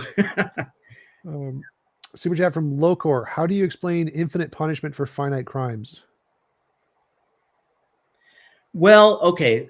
So I'll preface this by saying I really can't, but I'll tell you what I think. I grew up in a Protestant denomination. And one of the things I was told is that all sin is equal in the eyes of God. I was taught that in the Protestant denomination. Later, when I actually studied the history of Christianity, I realized Christians never believed that for the first 1,500 years of Christianity. The original belief on this is that all sin is not equal in the eyes of God, and some sins are worse than others. So no, you're not going to hell for tax fraud. You're not going to hell for, small things. I mean, it's a bigger question that we don't have time for now, but God does not punish someone infinitely for, small finite sins. All right. You'd say but not believing in Jesus, that would be one of the infinite ones. Well, that is problematic because the life of Jesus Christ is the primary revelation of God. This is the number one way in which God has revealed himself. So to reject Jesus Christ is in a way to reject God. That's not me talking. That's just Jesus. That's Jesus himself talking about, but so yeah, I mean, I would say, and I'm not here. I don't want you to hear me saying only Christians can, know God, or only Catholics are going to heaven. I'm not saying those things, but I'm saying if you want to play the odds, the best way to be in relationship with God is through Christianity. Does that mean you think non-Christians can get into heaven? I think it is God's prerogative to save whomever God wants, and I would not limit God by saying, that yes or no to that question. You know what I mean? I think there's a very real warning in our scriptures about how we know God, and that there are more ways that don't work than that do. But I'm not going to be the guy who I'm not going to judge other faiths. I'm not going to say these people can't go to heaven or those people are going to hell. Yeah, that's not my job. And yes, I'm a Catholic. All right, so I had another question. Do you think that is hell burning fire, gnashing of teeth, or do you have the view of hell that it's just not being with God? I think ultimately hell is eternal separation from God, which is bad enough. I think for the most part, the fire thing is a metaphor. I think, when Jesus himself talks about hell, well, he does it a couple of different ways, but there's one that I'm thinking of right now. There's one time when Jesus talks about hell, and he refers to it as weeping, the place of weeping and gnashing of teeth.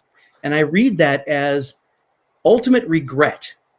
So in other words, it's more of an emotional punishment. It's more of a mental, spiritual, psychic punishment than a physical punishment. That's what I think.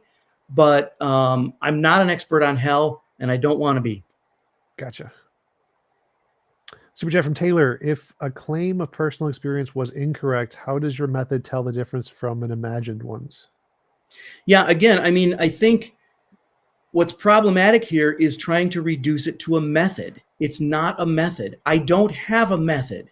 I have a faith. I have a spirituality.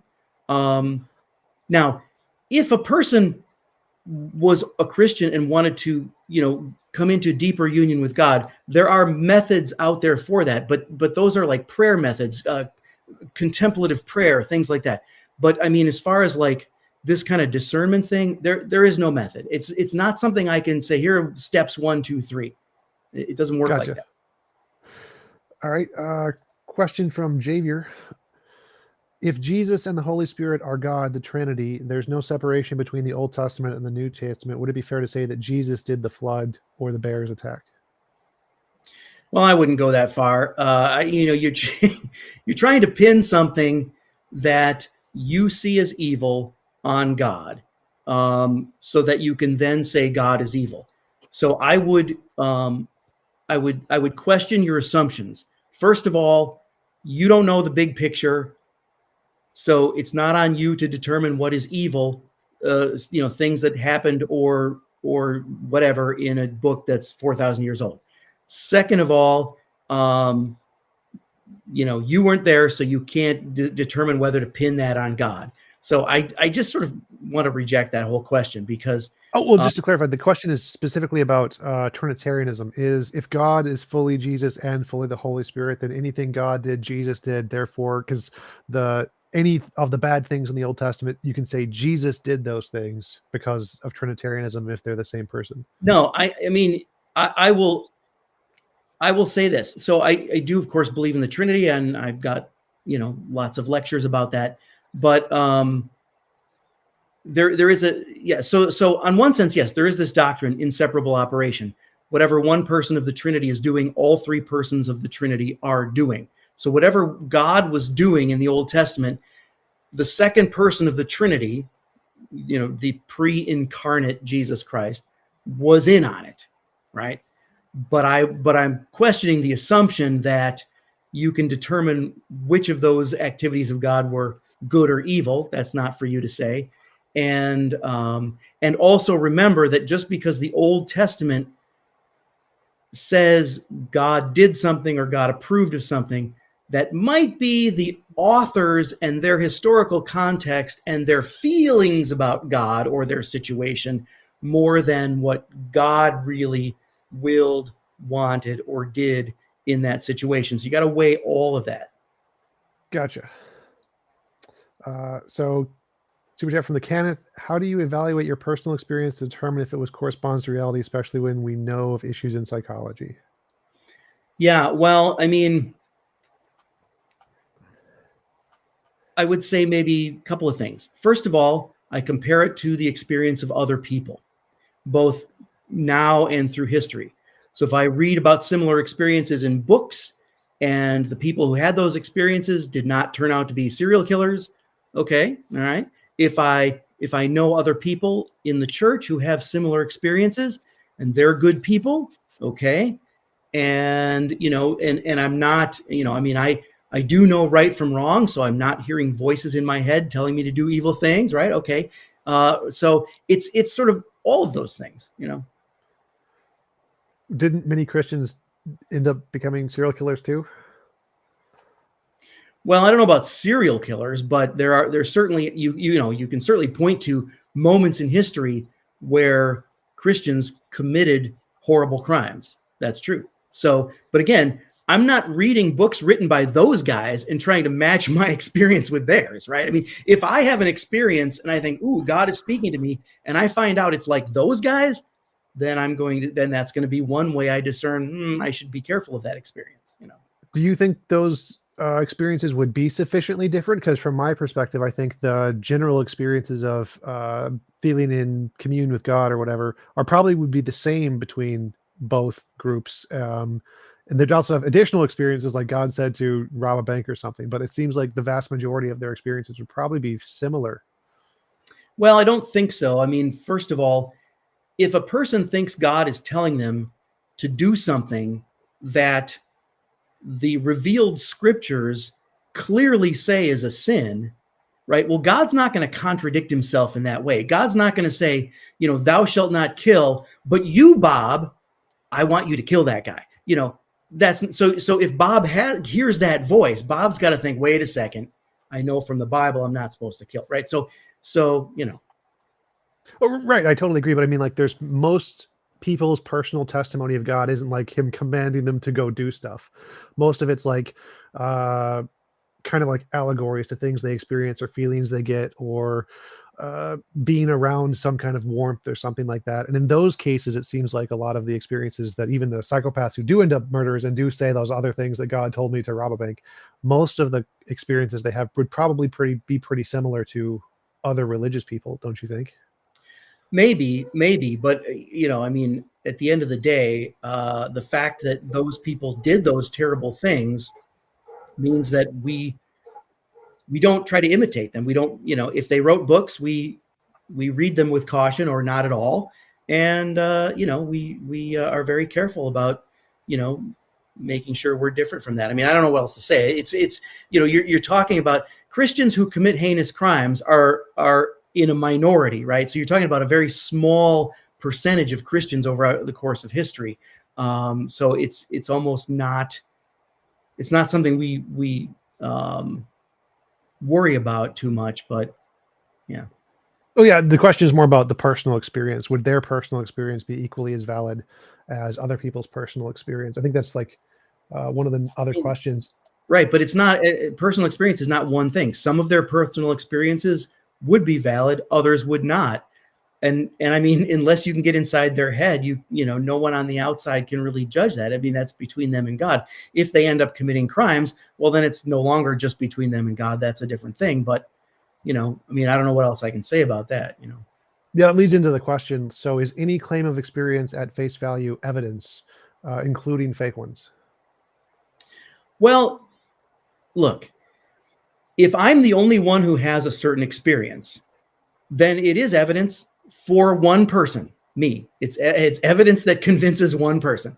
The more people that have that same experience, the more people are convinced. But I mean, I can tell you from, like the field that I teach, right? Think about the back in the Roman Empire, the early church, the church grew exponentially as people joined the church, right? Now, the church, people did not convert to Christianity and join the church because somebody said, I've had this personal experience that I can't really relate to you. It's very subjective, but you should become a Christian. That's not why people became Christians. People became Christians because the Christians were loving their neighbor, feeding the hungry, helping the poor, caring for the sick, right? They were doing the things that our faith tells us to do. And that was the witness that said, oh, we see what they're doing. There must be a personal experience behind this. And then when the Christians were willing to die for that personal experience, people said, wow, there's something bigger than life here. And people converted to the church and the church grew. And so, I mean, it's kind of like that. Gotcha. Super chat from Harry. How can James have free will when he is convinced there is a God? I think this is a question about what free will is. Like, could you convince yourself the world is flat? Could you just choose to believe that? And I think no, because I don't think there's free will. So it seems like there isn't really free will because you're not able to change your beliefs when you want to. Well, again, free will does not mean unlimited choices, right? So for free will to be free, it doesn't mean that I have to be able to choose anything. Like, you can't say that because I can't fly like Superman, therefore I don't have free will. That's not what free will is. Free will means that I have agency over my own actions and I have responsibility for them, right? So in other words, if I commit a sin, that's on me. It's not on God. God didn't make me do that. I did it. And I have to take responsibility for it.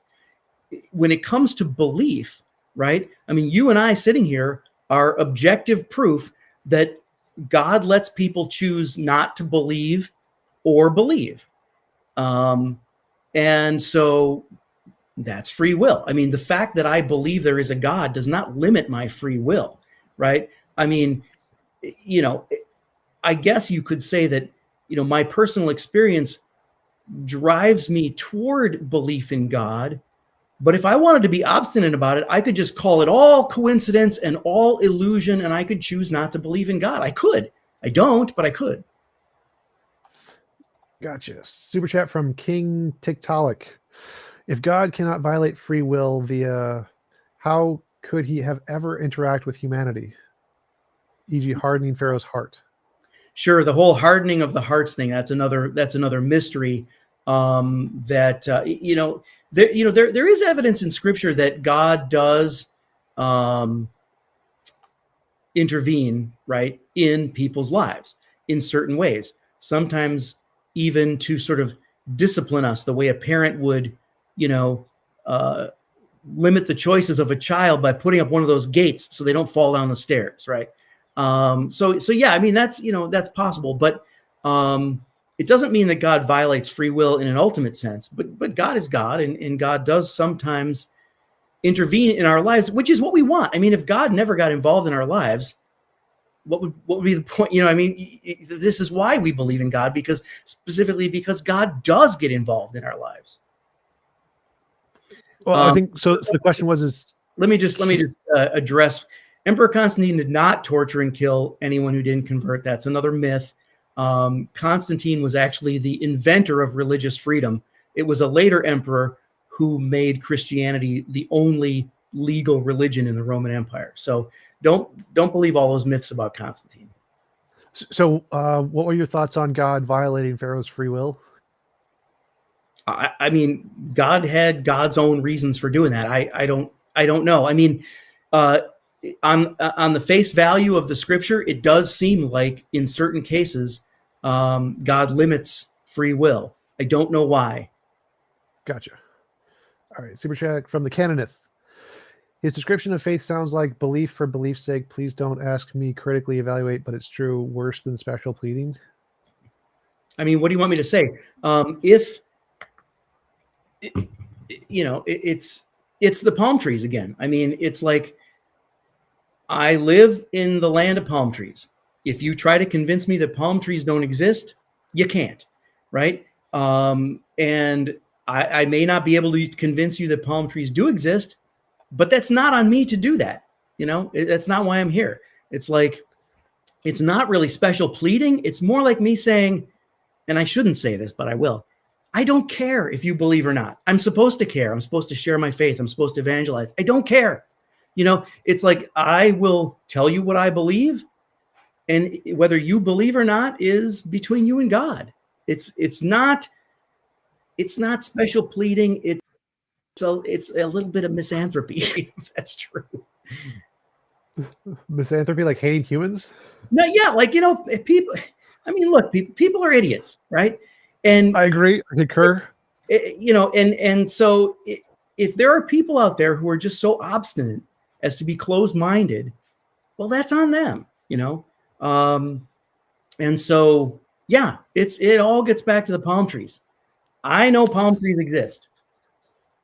I know it exists, So we got a super chat from Matt, and he put the question later because he mistyped it. So his question is, somebody's asking in the chat, like, why don't I just keep it to myself then?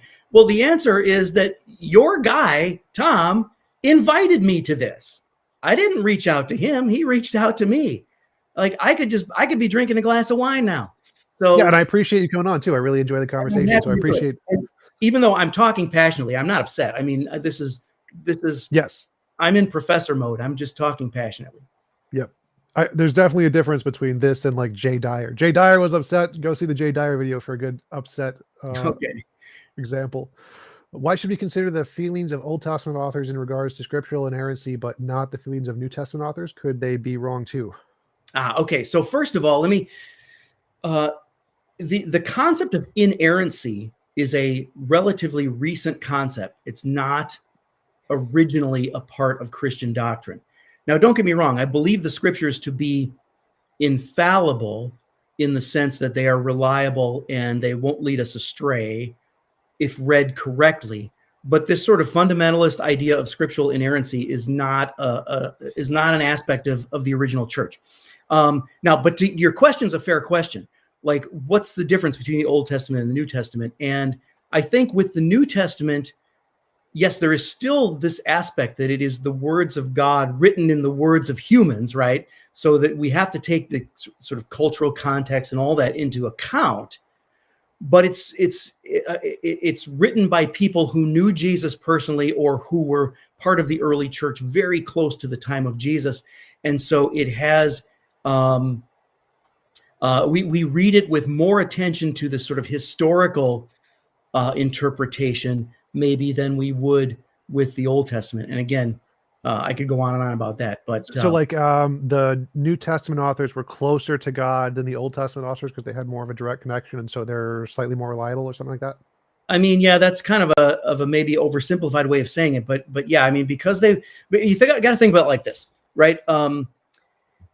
Think of Jesus as like a kung fu master, right? And his disciples are his students, right? And their disciples were their students, right? If you want to get to the true, pure tradition of the kung fu style, Jesus Wing Fu, right? That's where you go, to the ones who knew the master, right? It's kind of like that. Gotcha. All right. Super chat from D6. My religion offers more than Christianity. When you die, you'll become God in your own universe with the possibility to share reality with other gods. Membership $50 a month. Save 25%. So that's an interesting point. Like, would it be more moral to make everyone their own God in their own universe as opposed to subservient? Well, but here's where you're sort of violating your own principle here, because it's not a question of what's more moral in your mind. It's a question of what's more true and what's more consistent with reality, right? It would not be consistent with reality to say everybody gets their own universe, everybody is their own God. You are not God, I am not God, right? So it wouldn't be more moral because it wouldn't be true. Gotcha. All right, and that was the last one. We got this little funny goat symbol from Diva Music. I like that one. So we've been going for about an hour and a half. I want to be respectful of your time. Thanks for coming on. I really appreciate it. Would you want to give a shout out to your book, your upcoming book, where people can find it? Yeah, sure. So this is it's called Reading the Church Fathers. It's coming out next week. It's already on Amazon. And basically, when I talk about like reading the testimony of the witnesses, that's what this is all about. I could also tell people about my YouTube series, The Original Church. Go to whenthechurchwas1.com, whenthechurchwas1one.com. That's my YouTube series on the original church. And my books are all at drjimsbooks.com. That's my Amazon author page. So drjimsbooks.com. Awesome. Thanks again for coming on. I really appreciate it. And I'll talk to you later. Okay. Well, maybe we can do it again sometime. Absolutely. All right. And you can just close the screen whenever. I'm going to start the after show and start talking to my audience. All right. I will figure out how to do that shortly. Thank you. Yep, thanks again. Talk to you later. All right, guys. After show time.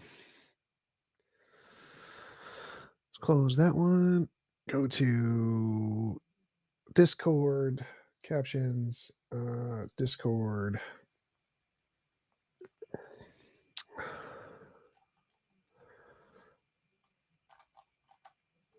After show.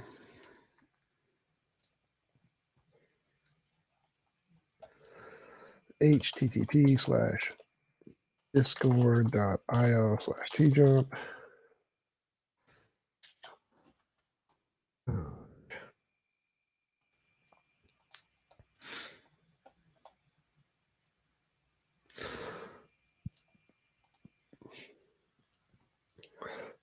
Tom, why didn't you push on the palm tree example? The palm tree example was just that he had past experience of the thing existing, and if there's past experience of the thing existing, it's rational to say that it exists. I probably could have asked things like, how is God related to pine trees? Because pine trees we have lots of empirical evidence for. And if people were like had past experience of unicorns or leprechauns, would they be rational to believe that? But we covered that at a long interval at the beginning, so it was something we had already talked about. Thank you, Best in Show. Really nice, pleasant conversation. Appreciate it.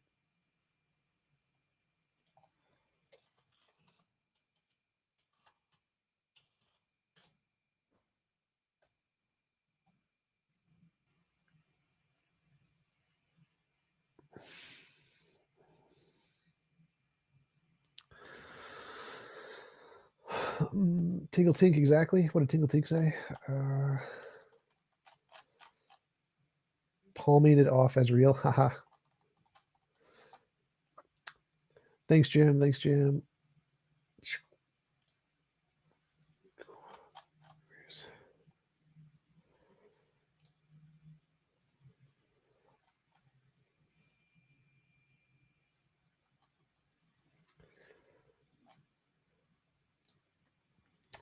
Matthew, I grew up non-denominational.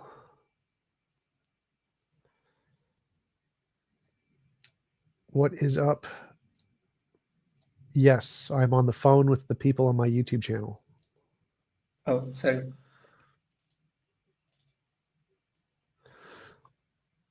On the phone with like 200 people right now at the same time. It's a big phone call. TJump, are you rich? No. I make like 20 to 30 grand a year from YouTube's. I'm not rich. Send me money because I'm not rich.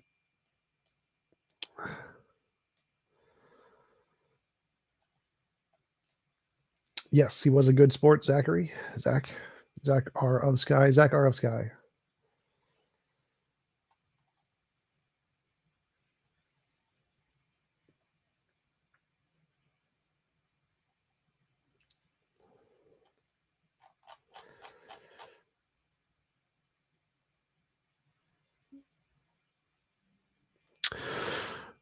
How's it going after show, guys, in the Discord? Simon, River Snow, Jeff. What are I'm you guys good. up?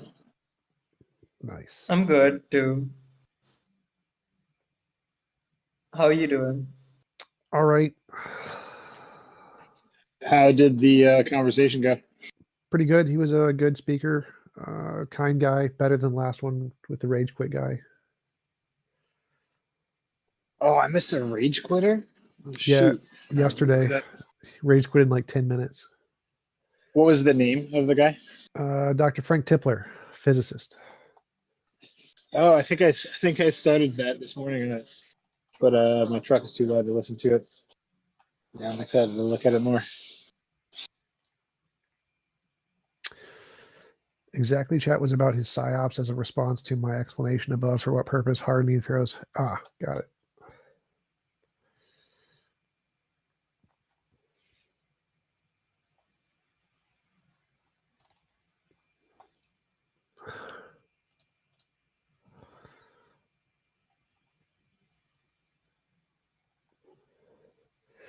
TJump, are you lazy? Yes.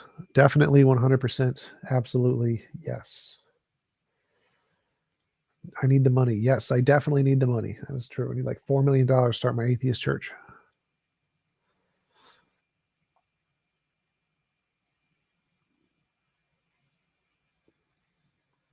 I like the Jesus Kung Fu analogy. We call it Jesus Wing Fu.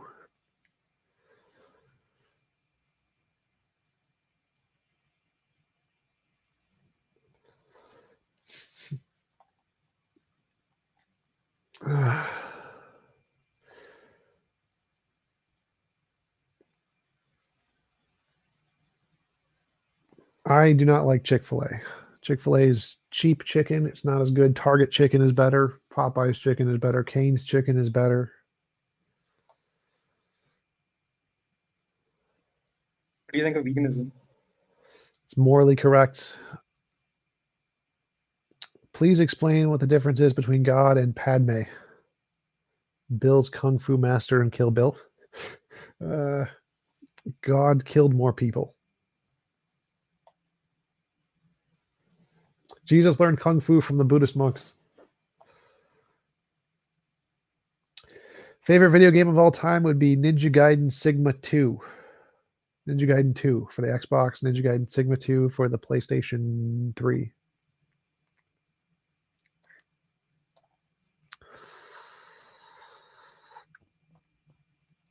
Are you a determinist? Yes. Or in context of free will, yes. In context of physics, no.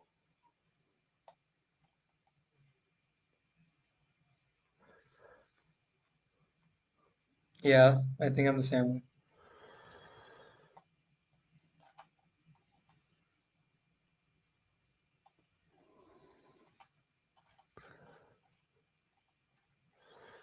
TJump, how would you summarize your discussion with Papandrea? Who? Oh, that's his last name, Papandrea. Essentially, he brought up a bunch of arguments in the beginning, but then he said none of those are really good proofs, and then he went to personal experience. We talked about personal experience for a while.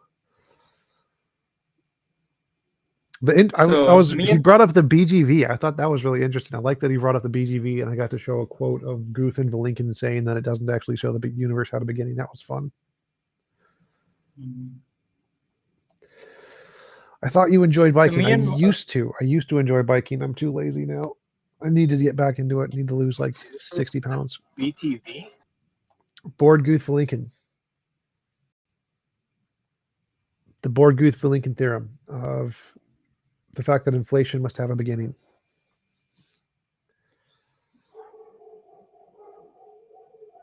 Me and a friend were having a debate on.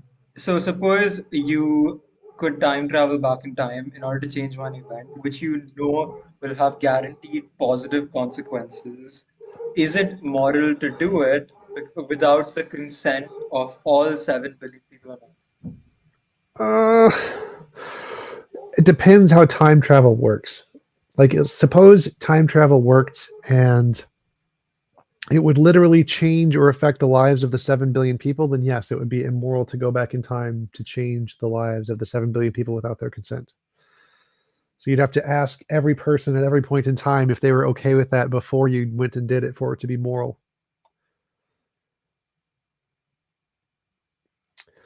Yeah, the part of the debate which we both were stuck on was I believe that, like, given that the individuals just won't exist anymore after the consequence of the action, I don't really need to ask them. And I sort of Murder is a went with the crime. entire. So, like, killing someone, even though they will no longer exist, is still bad because when you kill someone, they stop existing. And so, but it doesn't make it okay.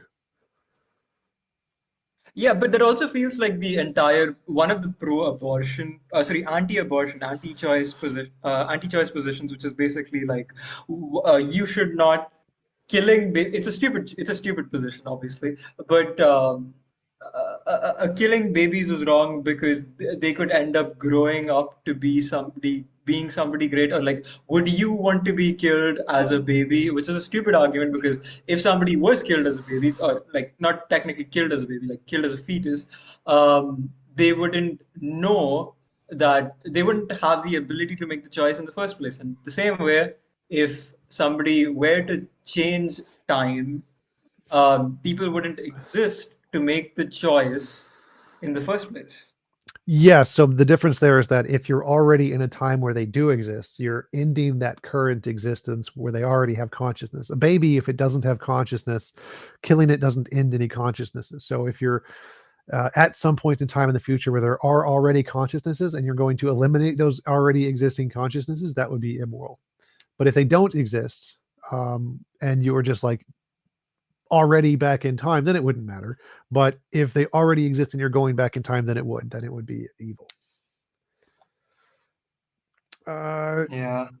Overgiver. Have you thought of doing a tag team debate? Would be great to see you with King Xerxes. We do our Sunday stream every fortnight, every 2 weeks, and he's on there occasionally. If you wanted to set up a debate or something, that'd be great, but I'm way too lazy to do that. Thank you for the super chat, Akira. I recently watched Akira, the anime.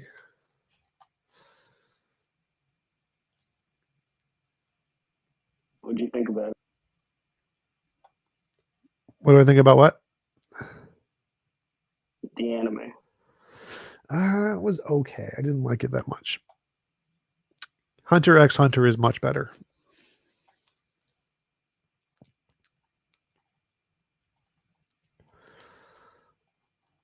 Wow, there's like 25 people in the TJump server on politics. It's too chaotic for me. Yeah.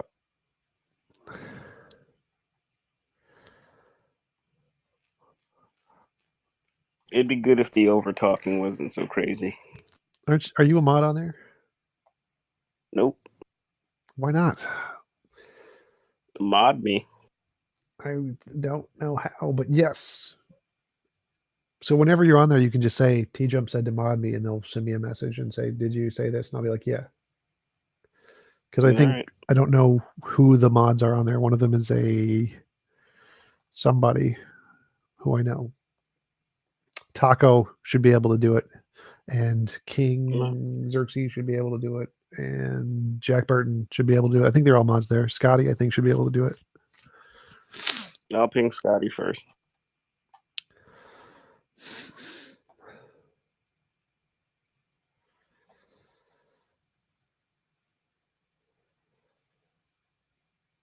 Let me see what that room looks like now. See, King 101. Is King 101 the same as King Xerxes? Because they use like a similar image.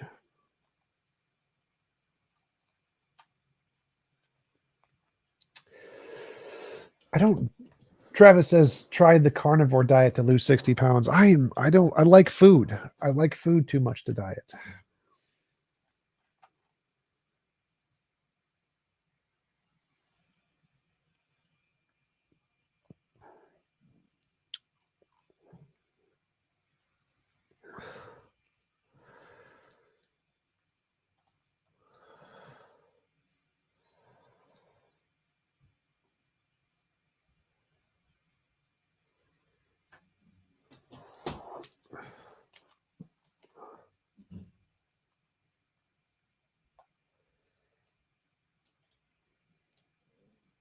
Your room is full in the other one. Good grief.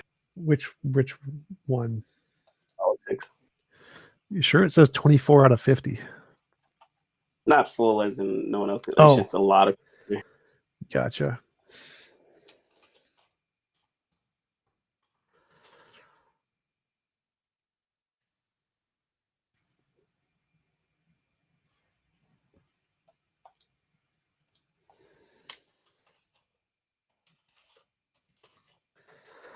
I'm just gonna listen in and see if it's chaotic or not. Sounds like a good idea. I'm gonna move over there too.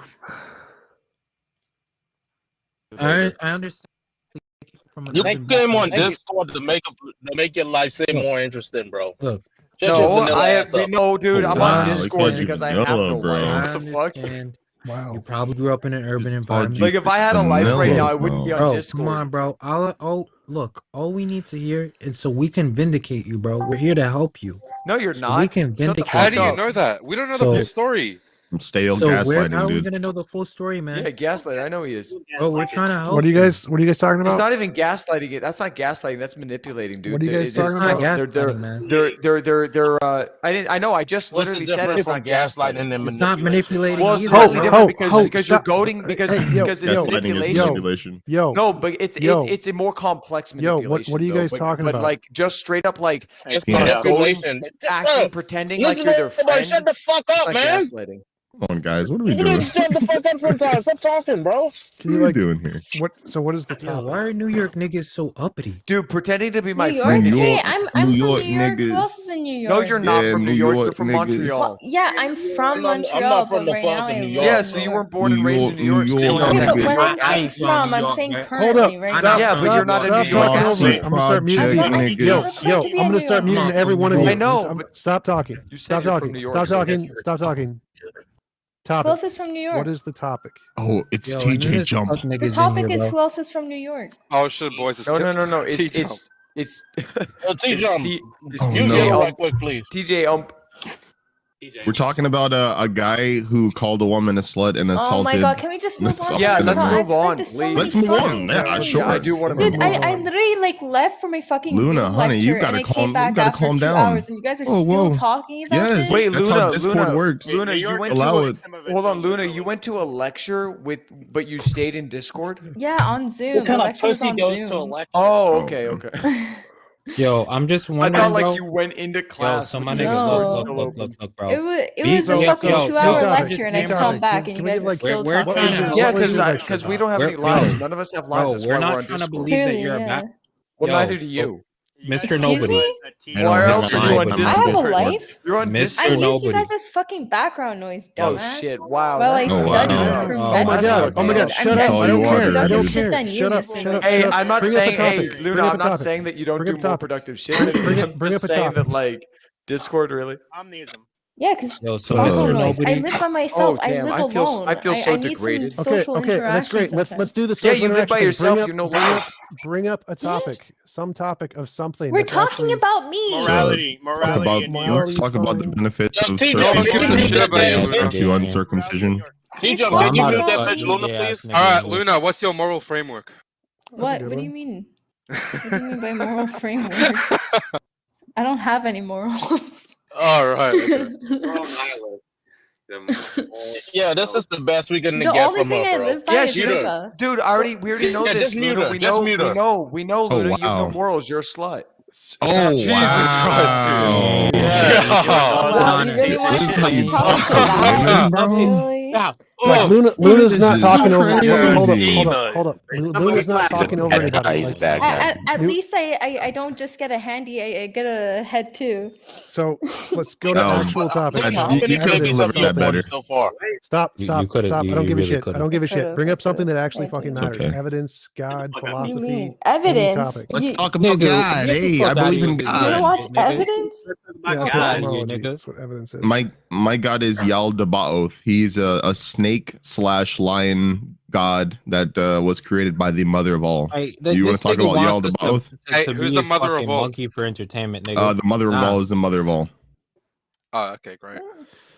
Well, I This got is no boring. further argument. That was boring. I'm heading off. See you guys later. This is the freaking cancer and politics server.